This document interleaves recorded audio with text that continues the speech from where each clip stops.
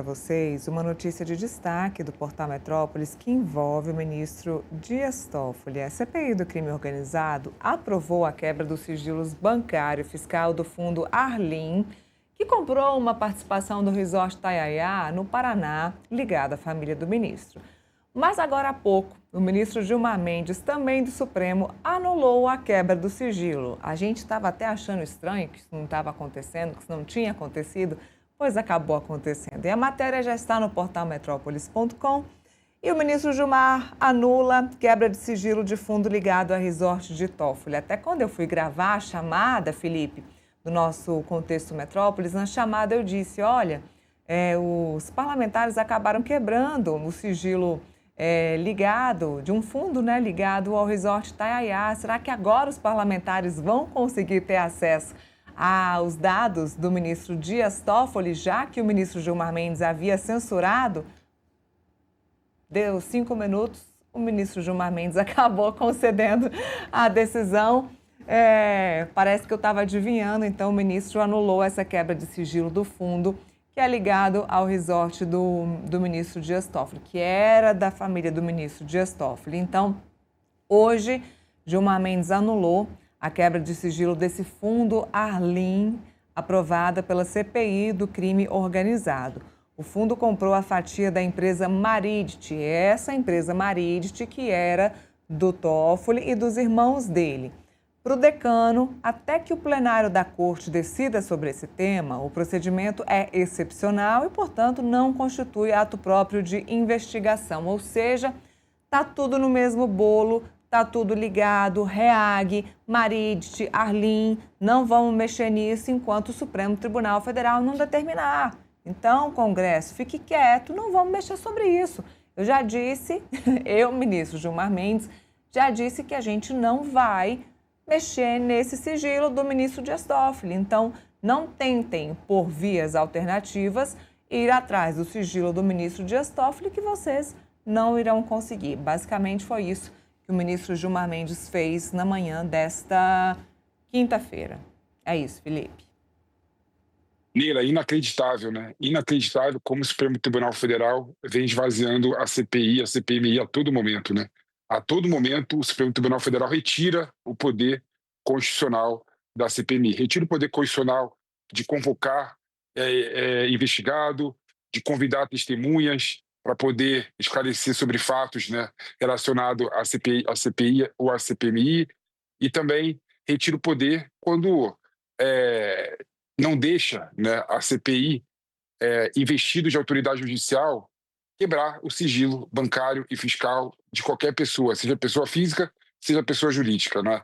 Então, Neila, sendo bem sério para você, eu acho que a gente deveria fazer um movimento e tirar a CPI da Constituição Federal, tirar do regimento interno da Câmara e do Senado Federal, porque realmente virou um paquiderme, né? Virou uma estrutura sem nenhum tipo de funcionalidade, né? Já que o Supremo Tribunal Federal tira, né, o poder investigatório da CPI. Aí as pessoas, né, normais, né, que andam pelas ruas, né, as pessoas que sofrem, né, com esse inchaço do Estado, né, e esse poder judiciário completamente influenciável, né, influenciado pelo poder econômico, começa a duvidar das instituições, né?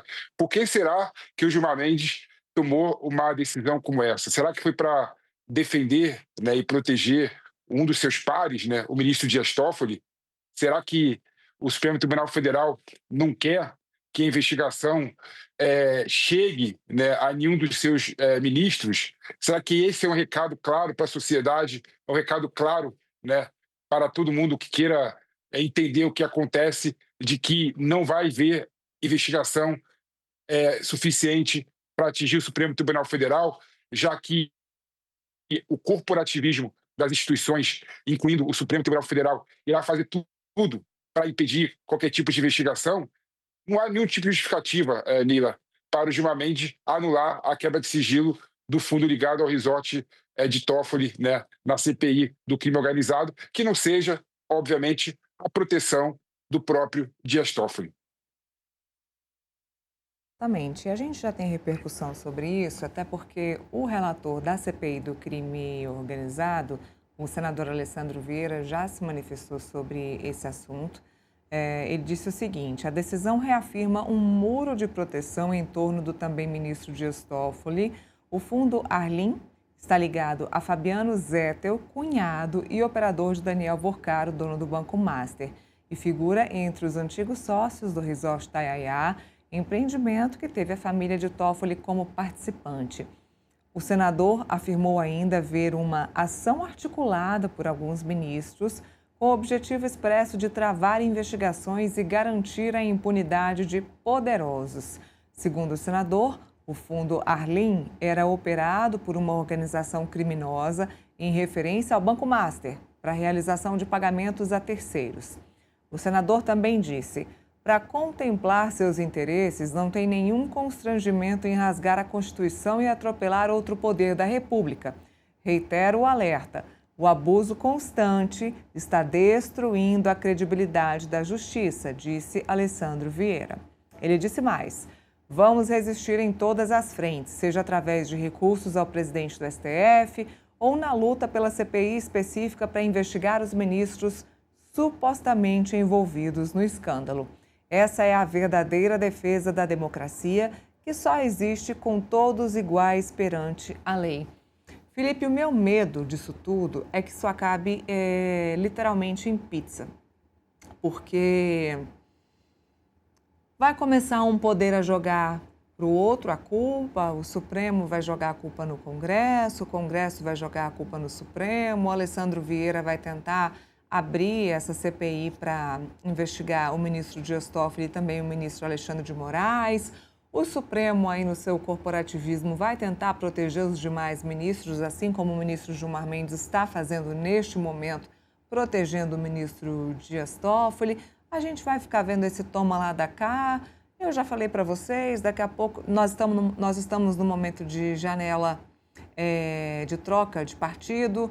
Por exemplo, vou dar um exemplo simples. O senador Sérgio Moro trocou de partido, foi para o PL, agora o PL está super ligado nessa troca de partido do Sérgio Moro para o partido do Jair Bolsonaro, Flávio Bolsonaro, tirando foto, está todo mundo preocupado com isso, ninguém ligando para isso aqui.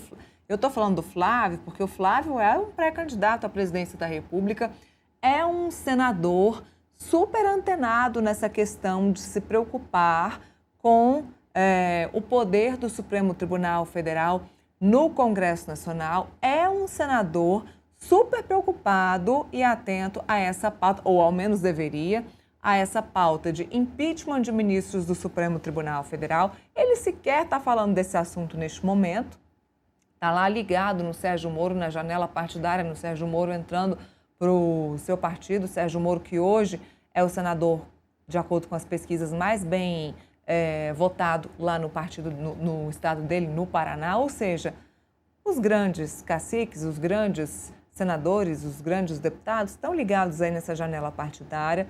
Daqui a pouco vem um momento de descompatibilização, eles saem dos seus cargos para poder se eleger em cargos ainda maiores. Vem as eleições, todo mundo vai esquecer disso aí, fica esse toma lá da cá. Para nós, jornalistas, é importante, obviamente, a gente não pode deixar de falar desse assunto.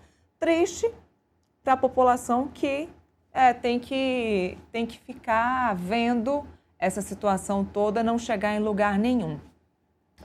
A Manuela Alcântara falou agora há pouco sobre a matéria do Gustavo Zucchi, que é repórter da coluna do Igor Gadelha, e a matéria fala justamente sobre o legado da CPMI para a população, né? O que vai sobrar da CPMI e do INSS para a população.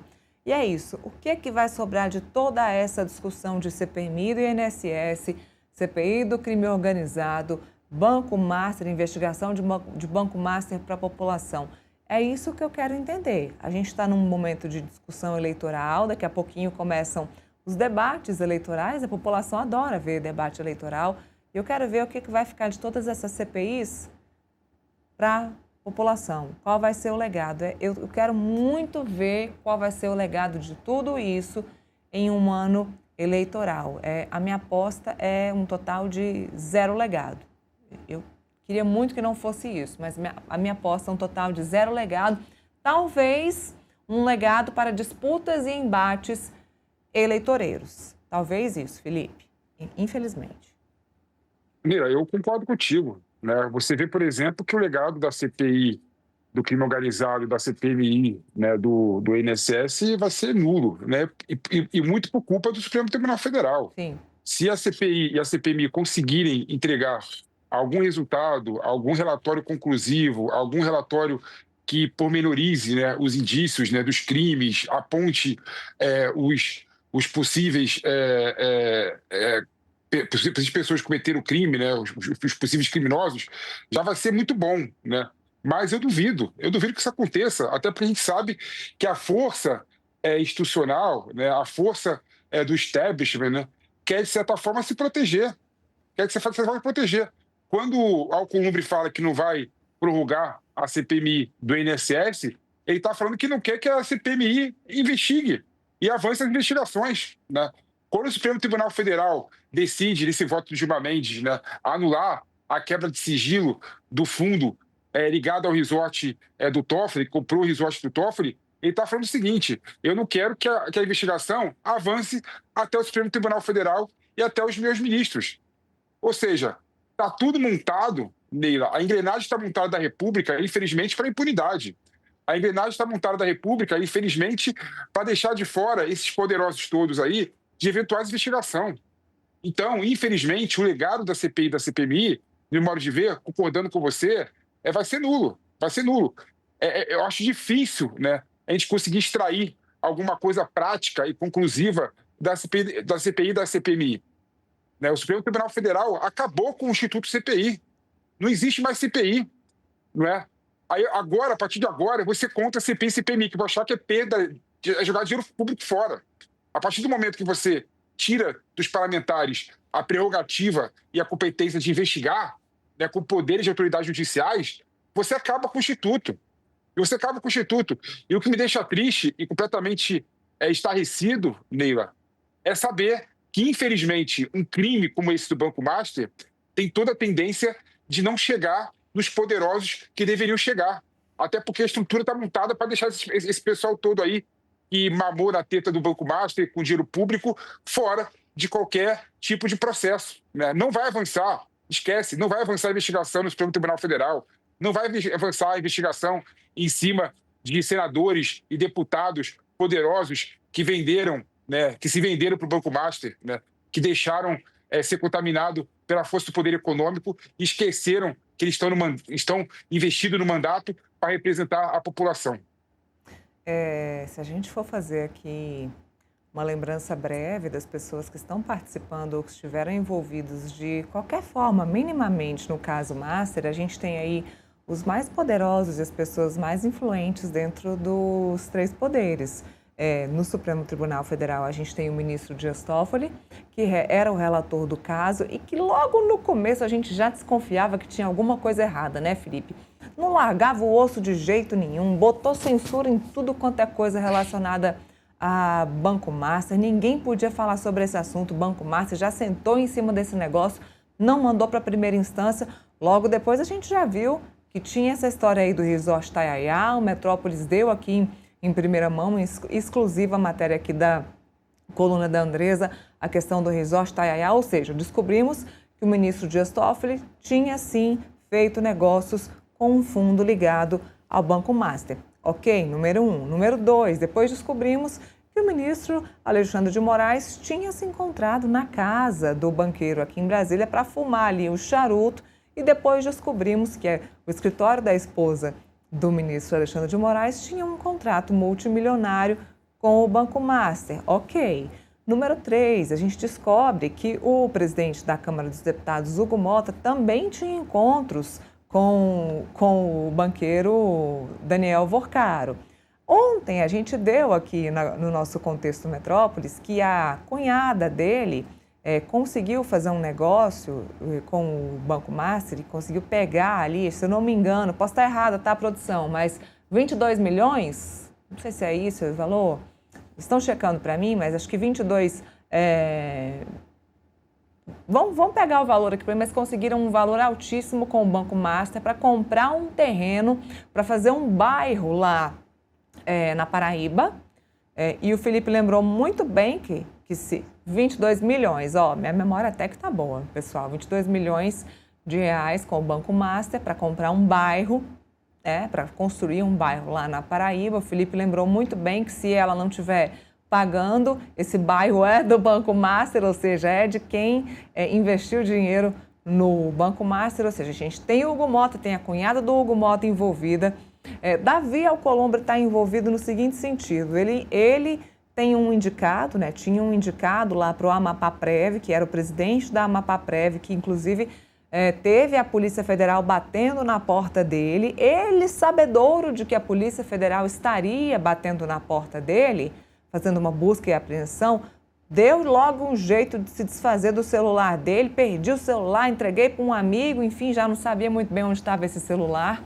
Então temos Hugo Mota, Davi Alcolumbre, dois grandes ministros do Supremo Tribunal Federal, Ciro Nogueira, que foi ministro de Jair Bolsonaro, é presidente de um dos maiores partidos do Centrão dentro do Congresso Nacional, que apresentou uma proposta para aumentar o FGC a pedido de Daniel Vorcaro. Daniel Vorcaro, que esteve presente no casamento, um casamento milionário da filha do Ciro Nogueira, ou seja, está tudo muito interligado. E se a gente continuar falando aqui, a gente vai falar vários e vários e vários nomes, mas eu falei alguns muito importantes. Todos esses nomes que eu falei aqui tomam decisões importantes todos os dias para você que está em casa. Todos os dias.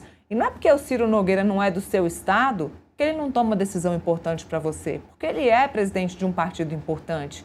Esse partido importante hoje está se fundindo com outro partido importante, que é a União Brasil. E com isso, eles têm um fundo milionário dentro do Congresso Nacional.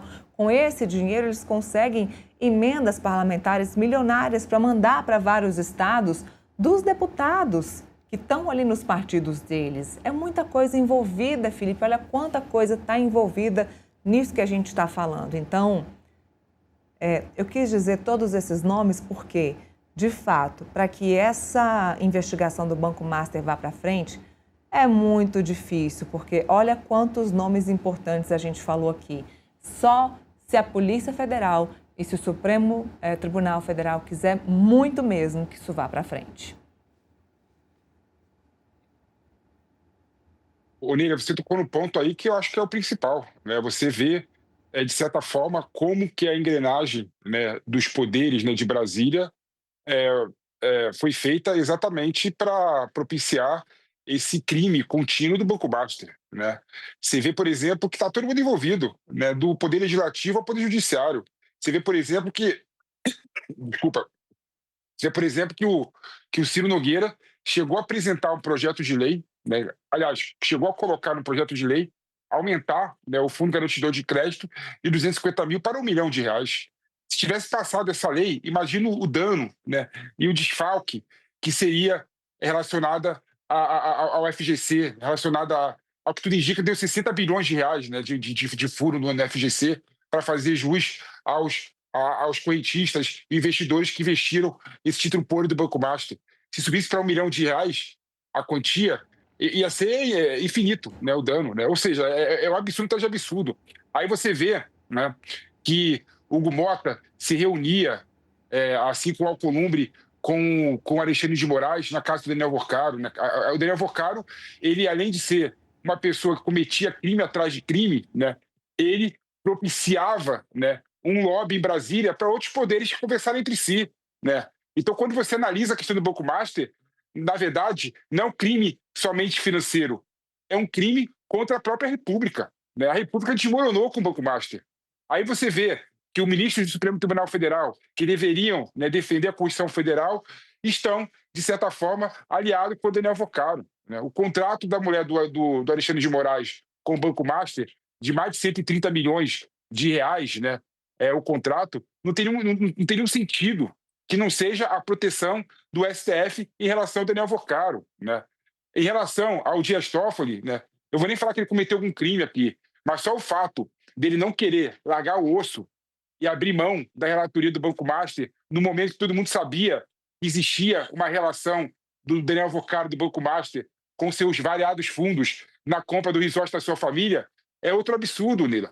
Então você vê que a engrenagem da República, né, Poder Legislativo, Poder Judiciário, Poder Executivo, Está todo mundo dentro, todo mundo dentro. O Lula chegou a receber o Daniel Vocaro a pedido do Guido Mantega, que foi contratado do Banco Master a pedido do Jacques Wagner, senador pelo PT. Né? Ou seja, onde você olha o caso do Banco Master, é absurdo atrás de absurdo. E, infelizmente, quando você vê, né, os poderes fechados entre si, né, não vamos prorrogar a CPMI, o STF resolvendo fazer a facultatividade do depoimento e convocação de testemunhas investigados no caso, né? E mais do que isso, né? Ministro Gilmar Mendes cancelando a quebra do sigilo bancário do fundo ligado ao resort Itajaiá. Ou seja, está tudo montado, toda a engrenagem montada exatamente para a impunidade, exatamente para se salvar todas essas pessoas ligadas com o Daniel Vocaro e ligado com o Banco Master, Neila. Ninguém, Felipe. Já já a gente volta. Olha, a gente tem noticiado que o caso Master tem causado efeitos